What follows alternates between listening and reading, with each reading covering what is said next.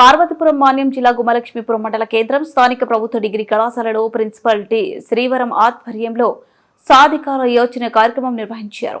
ఈ కార్యక్రమానికి ముఖ్య అతిథిగా నీతోడు సొసైటీ డైరెక్టర్ డాక్టర్ అమిత విచ్చేశారు.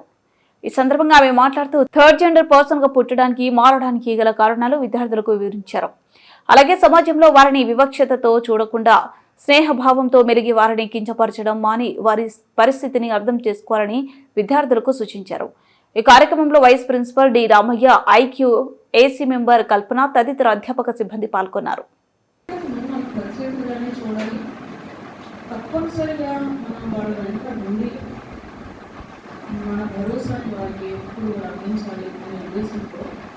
వాళ్ళని మంచి భవిష్యత్తుకి తీసుకెళ్ళాలని ఏం చేసాము. ఆ ఎయిమ్తోనే సాధికార యోచన అంటే వాళ్ళని ఎంపవర్ చేయడం కోసం ఒక ఆలోచన చేద్దాము అన్న ఉద్దేశంతో దీన్ని ఒక సంవత్సరం స్టార్ట్ చేయడం జరిగింది.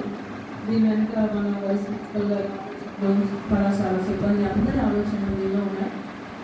మా ఎయిమ్ ఏంటంటే వీరికి బెటర్ ఫ్యూచర్ ఇవ్వాలి, చాలా డిగ్నిఫైడ్గా సొసైటీలో జీవించడం కోసం థర్డ్ జెండర్స్ని ఈ విధంగా ప్రోత్సహించాలి అని స్టార్ట్ చేయడం జరిగింది. దీనికి సంబంధించి చాలా వివరాలు నాకు తెలీదు. నేను మేడం గారిని అందరికి అర్థమైందా? ఓకే, ఇది ఇంగ్లీష్ అర్థమైనా కొన్ని విషయాలు నేను తెలుగులోనే చెప్తాను, ఎందుకంటే తెలుగులోనే మీకు తెలియదు. ఓకే, సో చాలా రోజుల నుంచి నేను ఈ ట్రాన్స్జెండర్స్ వర్క్ యాక్చువల్లీ 2014 నేను బెంగళూరులో వర్క్ చేసేటప్పుడు స్టార్ట్ చేశానండి. అప్పటి నుంచి ఎలా చేయాలా దగ్గరికి ఎలా నేర్చుకోవాలని ఎప్పుడు ఆలోచిస్తూ ఉంటాను. లక్కీగా నేను అక్కడ టీచింగ్ అయిపోయిన తర్వాత అక్కడ యూనివర్సిటీలో వర్క్ చేసేవాడిని. అది అయిపోయిన తర్వాత నేను వైజాగ్ రీసెర్చ్కి వచ్చినప్పుడు రీసెర్చ్ చేయడానికి అక్కడ నేను ఆలోచించిన నా పర్సనల్ ఎక్స్పీరియన్స్ ఒక ట్రాన్స్జెండర్. జనరల్గా ట్రాన్స్జెండర్స్ అంటే ట్రాన్స్జెండర్స్ కాదు, థర్డ్ జెండర్స్. థర్డ్ జెండర్స్ అని అంటే జనరల్గా మనందరికీ ఒకలాంటి భయం, అవునా కదా? ఎంతమందికి భయం వాళ్ళంటే? ట్రాన్స్జెండర్స్ భయం ఎక్కడ లేదు. ఇక్కడ వాళ్ళు వదిలేండి, మీ పిల్లలు మంచివాళ్ళు, మా పిల్లలు మంచివాళ్ళు, వేళ గురించి కాదు. జనరల్గా మీరు బయటికి వెళ్ళినప్పుడు ఎక్కడన్నా ట్రైన్స్లో కానీ బయట ఎక్కడన్నా చూసినప్పుడు భయపడిన దాఖలాలు ఏమైనా ఉన్నాయా? భయపడిన అందరికంటే మీకు ముఖ్యంగా తెలియాలి, ఎందుకంటే మీ మధ్యలో పిల్లలు ఉన్నారు కాబట్టి.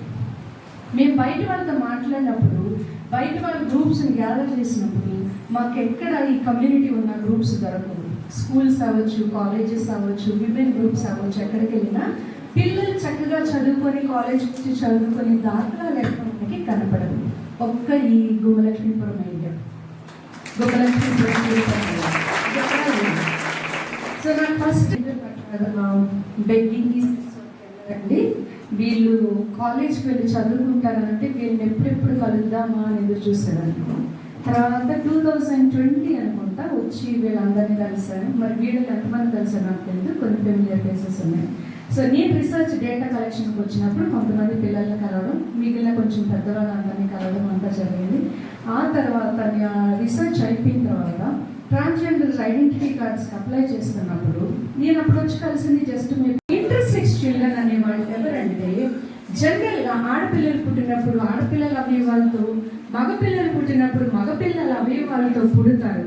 కానీ ఇంటర్సెక్స్ పిల్లలు పుట్టినప్పుడు ఆడ మగ అవయవాలతో కలిపి పుట్టే పిల్లల్ని ఇంటర్సెక్స్ పిల్లలు అని అంటారు. చూసారు ఎప్పుడైనా ఇలాంటి పిల్లల్ని? చూసారు ఎవరన్నా? ఓకే, మీరు చూసారు లేదా?